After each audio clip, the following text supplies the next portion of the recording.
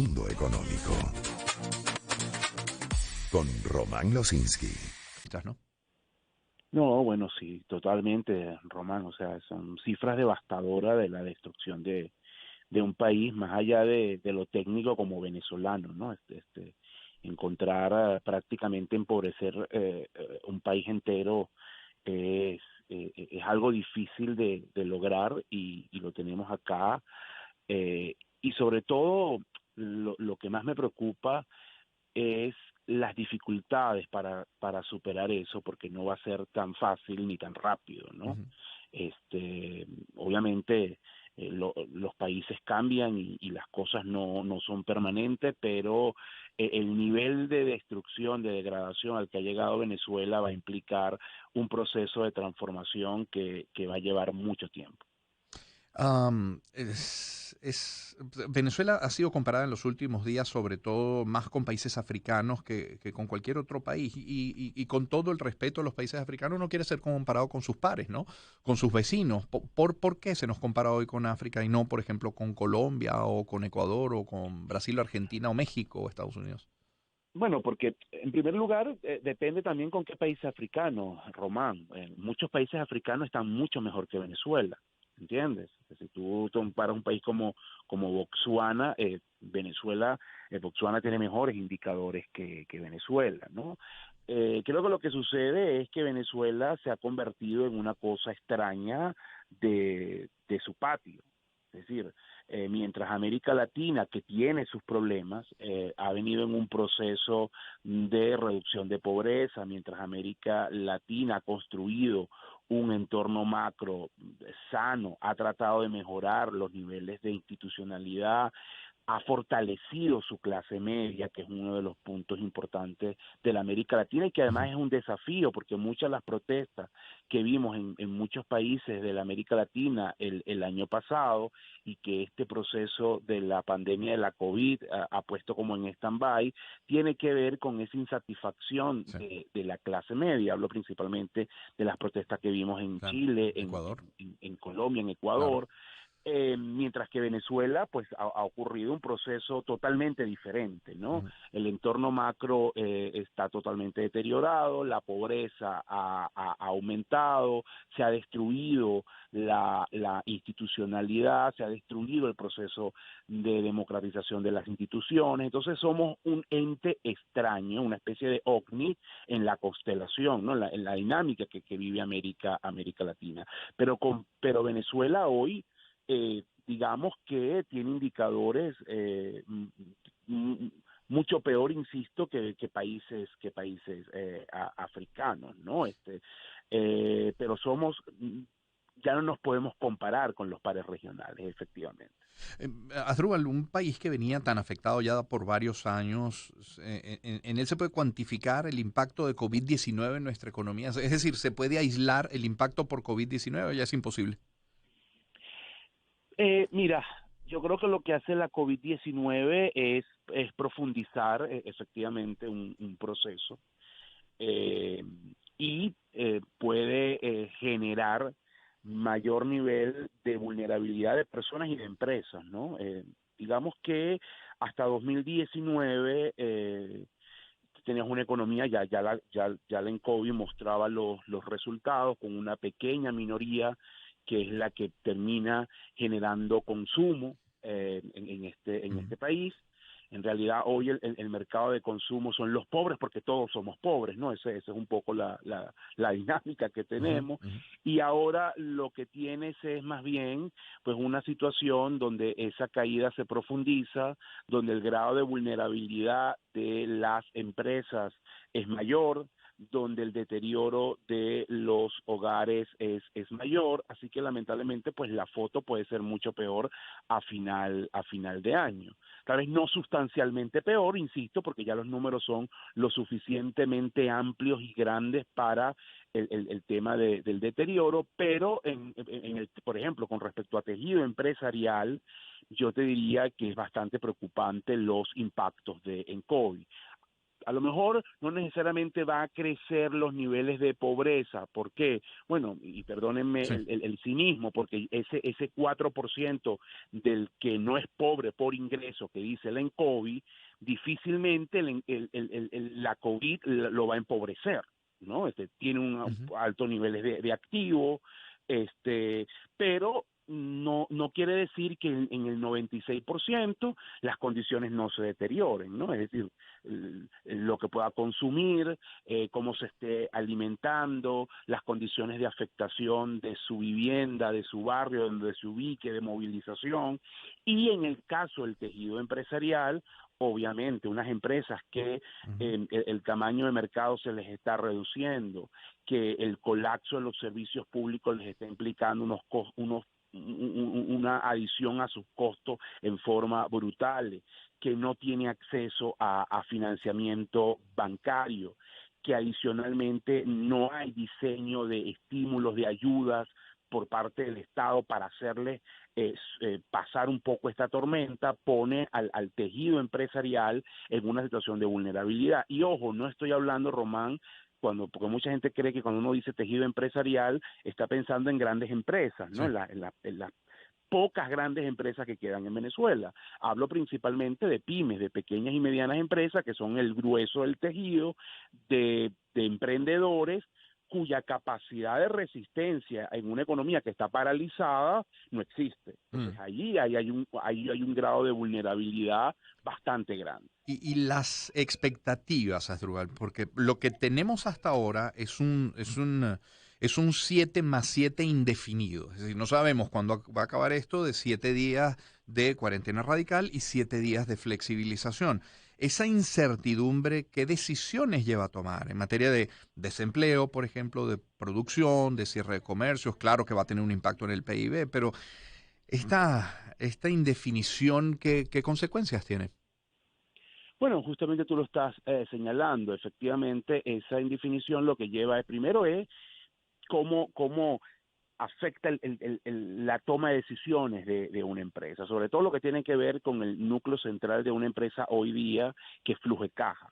Una empresa que no esté facturando es una empresa que, bueno, tiene una espada de Damocles encima y Sí. que va a tener que tomar decisiones drásticas. Probablemente ya las está tomando, pero que se van a acelerar. ¿Y cuáles son esas decisiones drásticas? Bueno, empieza por reducir costos y entre parte del costo, el costo laboral. Entonces va a tener que efectivamente despedir gente, va a tener a lo mejor que proceder a hacer adecuaciones en términos de cómo tiene distribuido sus recursos, líneas de producción inactivas, etcétera. Entonces allí hay unos elementos de decisiones que parecieran tomarse por la pandemia, pero que van a tener un efecto permanente sobre la economía. ¿Qué quiero decir con esto? Que probablemente una empresa que pare, que una empresa que despida personas, una empresa que detenga una línea de producción, es una empresa que si mañana se levantara el 7x7 o volvieses otra vez a la normalidad de forma, digamos, en un proceso, no se va a levantar tan fácil. Ojo, eso también está pasando en otras partes del mundo, pero acá es mucho más grave por Ujú. las condiciones que estamos viendo. Entonces, lo que vamos a tener es una situación de tierra arrasada, de deterioro importante del sector privado, de más informalidad, ¿no? Sí. Eso es una de las consecuencias. Ojo, eso ya lo veníamos experimentando, porque en general la informalidad, y hablo principalmente de la informalidad que se vive a nivel del tejido empresarial, me toca verlo mucho como consultor. Esa informalidad, Román, tiene que ver sobre todo, no tanto para evadir impuestos, en muchas partes del mundo la informalidad de las empresas Ujú. ocurre para tú no tener que pagar impuestos, la carga tributaria es alta. En Sí. Venezuela, a mi modo de ver, eso está, pero la razón principal es que la informalidad te da unos grados de libertad para actuar en un entorno extremadamente hostil y extremadamente cambiante. Lo que pasa es que con la informalidad, bueno, se paraliza un poco lo que tiene que ver con innovación, se paraliza un poco lo que tiene que ver con construcciones de cadenas de suministros estables. Entonces, vas construyendo un tejido empresarial que se parece mucho a lo Mar Santo, ¿no? Como vaya viniendo, vayas viendo, muy frágil, muy arcaico, y eso no es progreso, Sí. eso no es desarrollo para el país, eso lo que te genera es precariedad en el empleo. Entonces, lamentablemente, eso es un poco lo que vas a ver. Cada vez más desarrollo de economía negra, gente dedicándose a cosas que están en una zona gris, en una zona, tú sabes, ahí entre lo legal y lo ilegal, porque no hay capacidad de que la estructura formal te emplee.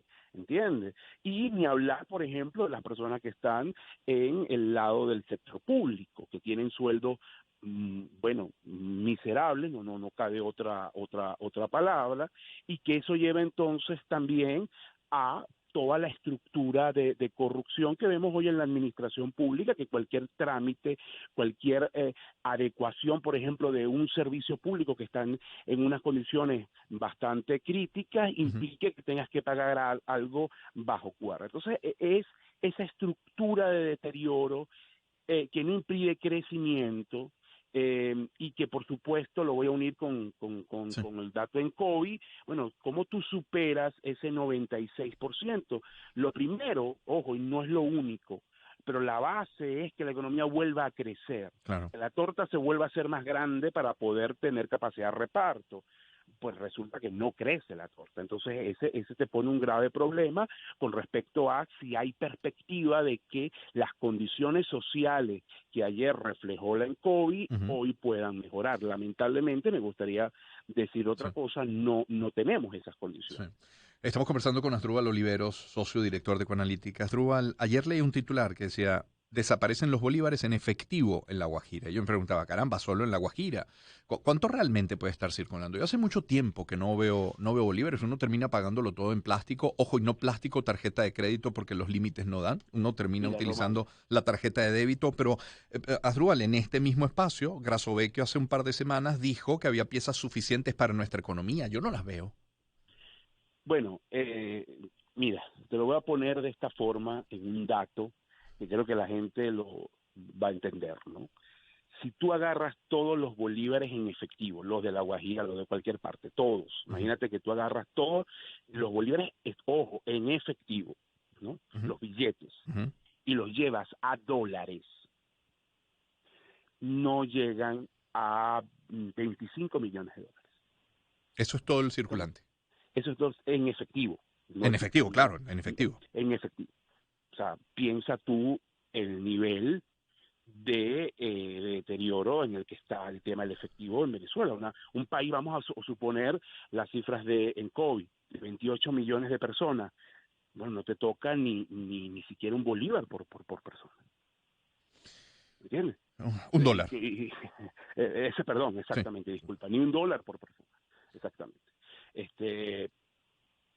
A ese nivel estamos, por supuesto. Es una economía que se viene desmonetizando. Ojo, no es solamente el tema del efectivo, Román, es también la destrucción del propio Bolívar.